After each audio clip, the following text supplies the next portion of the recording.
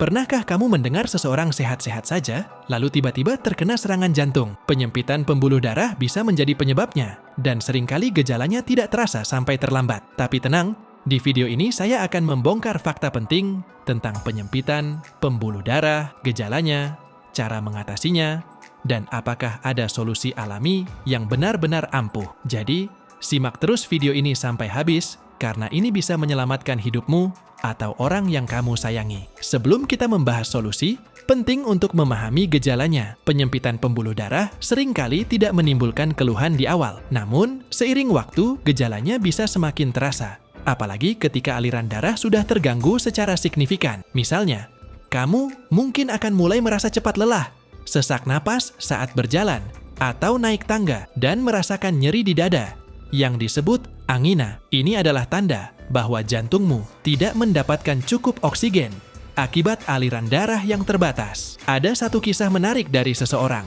Dia datang dengan keluhan, sering merasa lelah, meskipun hanya melakukan aktivitas ringan. Setelah pemeriksaan lebih lanjut menggunakan CT scan, ditemukan bahwa pembuluh darah jantungnya mengalami penyempitan hingga 80%. Artinya, hanya 20% darah yang bisa mengalir melalui pembuluh tersebut. Bayangkan, oksigen dan nutrisi yang dibutuhkan tubuh hanya bisa dialirkan melalui ruang sekecil itu. Dalam kondisi ini, aktivitas sederhana seperti berjalan kaki saja bisa terasa melelahkan karena jantung harus bekerja lebih keras untuk memompa darah. Pemeriksaan canggih seperti intravascular ultrasound (IFUS) dapat memberikan gambaran detail tentang kondisi pembuluh darah. Ini adalah teknologi yang membantu kita melihat seberapa parah penyempitan yang terjadi dan seberapa besar risiko serangan jantung atau komplikasi lainnya. Pertanyaan besar yang sering dilontarkan adalah, "Dok, bisakah penyempitan ini dihilangkan secara alami?" Nah, banyak yang percaya bahwa ramuan alami seperti bawang putih, jahe, kunyit, atau temulawak bisa membantu. Ramuan ini memang memiliki manfaat kesehatan karena kaya akan antioksidan dan anti-inflamasi.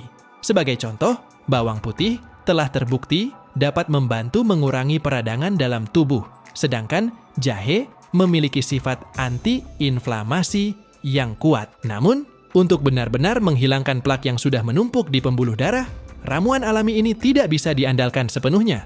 Mereka bisa membantu mencegah penumpukan plak lebih lanjut dan mendukung kesehatan pembuluh darah secara keseluruhan, tetapi tidak cukup kuat untuk mengikis plak yang sudah terbentuk. Jika kamu mengandalkan ramuan alami tanpa perubahan gaya hidup dan perawatan medis yang tepat, risiko penyumbatan semakin besar. Jadi, apakah ramuan alami itu sia-sia? Tidak juga. Ramuan ini tetap memiliki peran penting dalam mendukung kesehatan pembuluh darah, terutama jika digunakan bersama dengan pola hidup sehat seperti diet seimbang, olahraga, dan pengendalian stres. Ramuan alami lebih berfungsi sebagai pencegahan, bukan solusi untuk masalah yang sudah berkembang. Untuk kasus penyempitan yang lebih parah, obat-obatan menjadi solusi yang lebih realistis.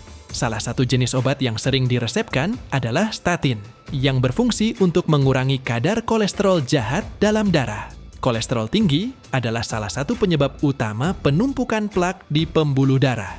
Statin bekerja dengan menurunkan produksi kolesterol oleh hati sehingga risiko penumpukan plak semakin berkurang. Selain itu, statin juga bisa menstabilkan plak yang sudah terbentuk sehingga plak tersebut tidak mudah pecah dan menyebabkan serangan jantung. Namun, penting untuk diingat bahwa meskipun obat ini bisa mengurangi penyempitan dan mencegahnya bertambah buruk, plak yang sudah terbentuk tidak akan sepenuhnya hilang. Obat-obatan hanya membantu memperlambat prosesnya dan menjaga agar tidak bertambah parah. Ada juga obat lain yang digunakan untuk mengencerkan darah dan mencegah pembentukan gumpalan darah, seperti aspirin atau antiplatelet.